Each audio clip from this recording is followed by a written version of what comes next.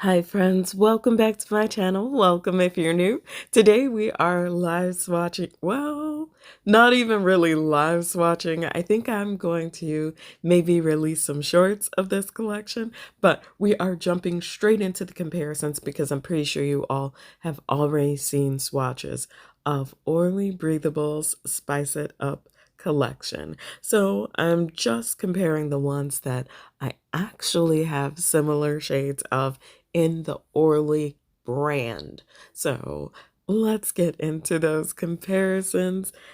First up is look at the time. So I was pretty sure I had a ton of olive colored polishes, although maybe not specifically in this shade. So I just went with the closest one I thought I had in the Orly brand, and that's a polish that I've actually had for a little bit.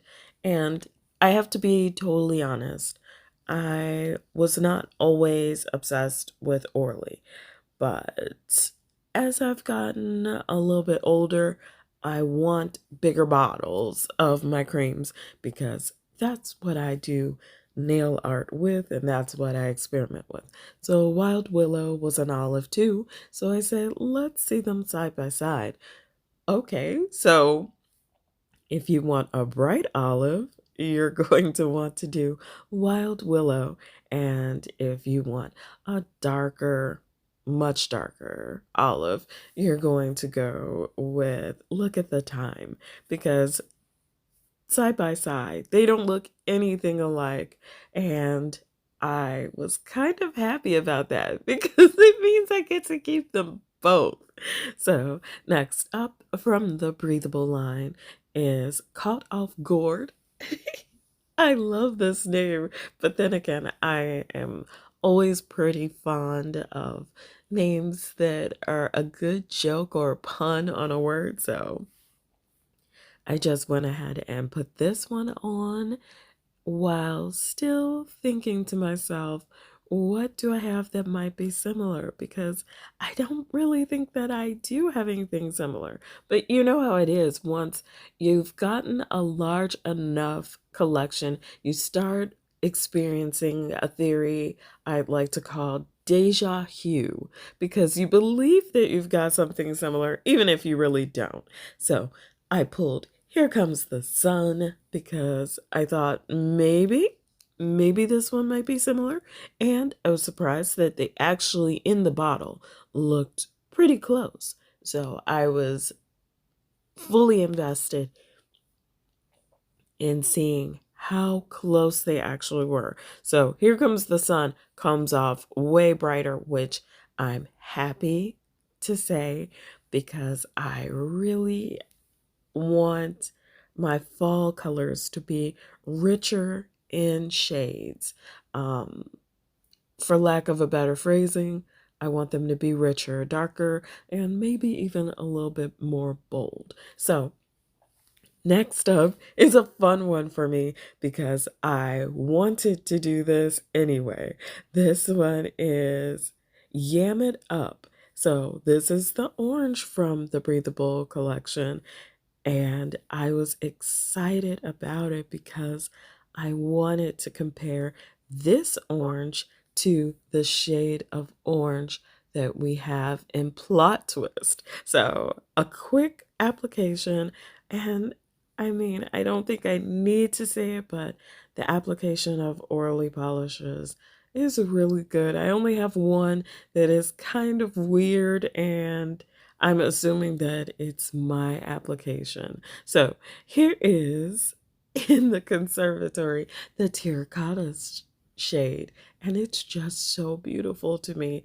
But I feel like I love them both, even though in the conservatory clearly has more red in it. I love them both. And I felt like, oh no, here we go again with an awesome Skittle because they're not anywhere near being close enough to each other that they would be mistaken for me just applying one weird. they're definitely two different polishes. Whereas in the previous comparison with Here Comes the Sun and Caught Off Guard, I was like, they're too close to make an effective Skittle. So next we have No Fig Deal. Super excited for this one because it is so deep and beautifully hued. Like, there are times when I stare at my dark reds and my mind plays tricks on me. I'm like, is that brown? It can't be a red and still be that dark. But this one definitely is. And I was just so enamored with it. And that's something that I feel a lot when I'm wearing creams because they're just so simple and so classic that they make an incredible canvas for you to do anything with. Like, I do love my indies, but I have a tendency to not want to cover them up with nail art because they're so pretty. So here we are comparing it with the only other thing I had that came close, which is Persistent Memory. And I'm trying to remember which collection it's from. I think it's last year's fall collection because I remember I didn't get it right away because I was like, I don't need it. I don't need it. I don't need it. And then it went on sale on the Orly website. And suddenly I remembered just how badly I wanted it because I had to sit here and talk myself out of purchasing it. And yes, this is what happens when I get a little overzealous. I get nail polish on my cuticles, possibly like even right under it. So a little cleanup in the interim, and we're doing a second coat. Now, all of these were compared with just two coats against each other. I was super happy with the opacity on the breathables because that's just, I don't know. As I move into this stage of life and collectorship, I'm not overly fond about having to do more than 4 or 5 coats of any polish. So, unless it's advertised to be sheer, then it's like, oh, okay, I get it. So, we are comparing again, but this one is a brown because we had a brown in the breathable collection. So I felt like I should compare a brown to a brown, right? And that's just mostly because I collect browns and I very seldom actually get around to wearing them. And it's ridiculous to me. I feel like I should be wearing more browns. And if fall isn't the best time to wear a brown, I don't know when is. So I was comparing this one from the Breathable to Collection to Don't Be Suspicious from Plot Twist. So I was super excited and happy because I was able to compare two of the breathable shades to the actual fall collection Plot Twist. So if you're on the fence and you're like, do I need the breathable collection or do I need Plot Twist? They, there are at least two polishes that I was able to compare for you that might tell you which collection you want more. Now, I love the breathable collection because of the traditional fall shades. It is giving such cottagecore and warm, cozy vibes that I couldn't resist, even though I have probably at least two collections that have similar colors. So I have gone ahead and pulled those. I will go ahead and film it, and we're going to start, I guess, a series called Deja Hue.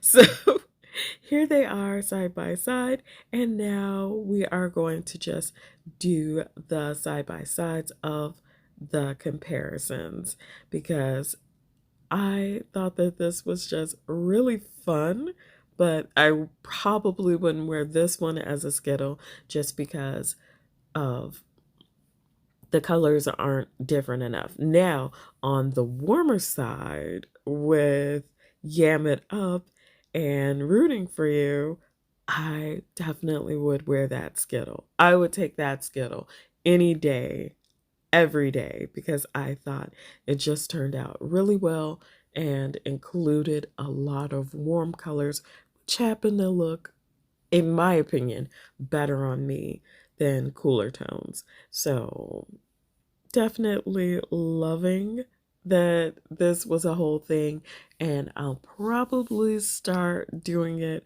for my creams as I add them to my collection, because realistically I tend to gravitate towards the same shades over and over again. I can't help myself. I love them so much that I feel like I'm justified in having multiples.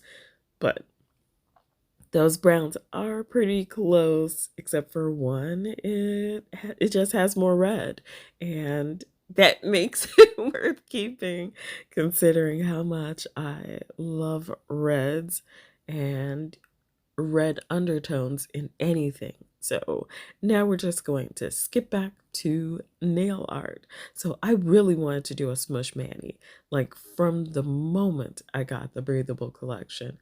And I was like, I haven't done one in a while, because my last Smush Mani I did on the silicone mat and then pulled it up and put it on my nail, and then tried to get it to adhere to my nail, and then tried to remove the excess without making a huge mess and getting like nail polish in my cuticles and staining under. Okay, it was dramatic and traumatic at the same time.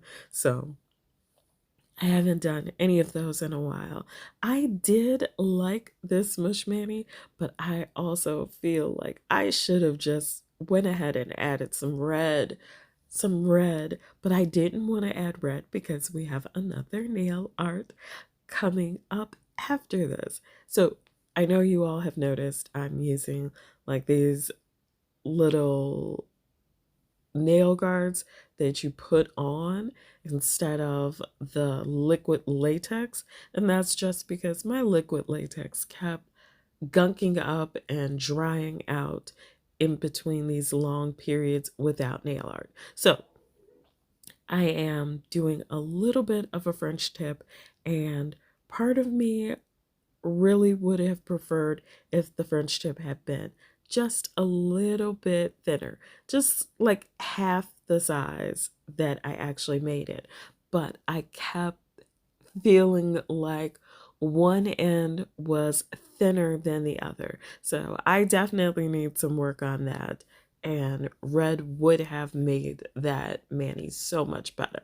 But I'm not complaining, because everything is just to play with the polish, get a feel for it, and see what happens. So here I am actually using the red, and I couldn't resist. I mean, even though it is a ridiculously dark red, it's still a red, and I'm still obsessed with reds.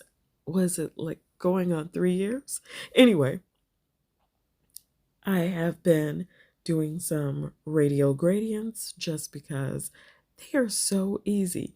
And I want to shout out to Stacy, because Kazoobier Girl and I are on the same page. It was radial gradient back in the day when we first started doing gradients, and now it's an Aurora gradient. And it's like, just like with fashion, what goes around comes around, and I'm kind of happy that I did take the time to learn that method. Now I'm just adding a quick little stamp to the nail off of my What's Up Nails stamping plate, and that's all. That's it. It's just a little accent to a nail art that was already in place.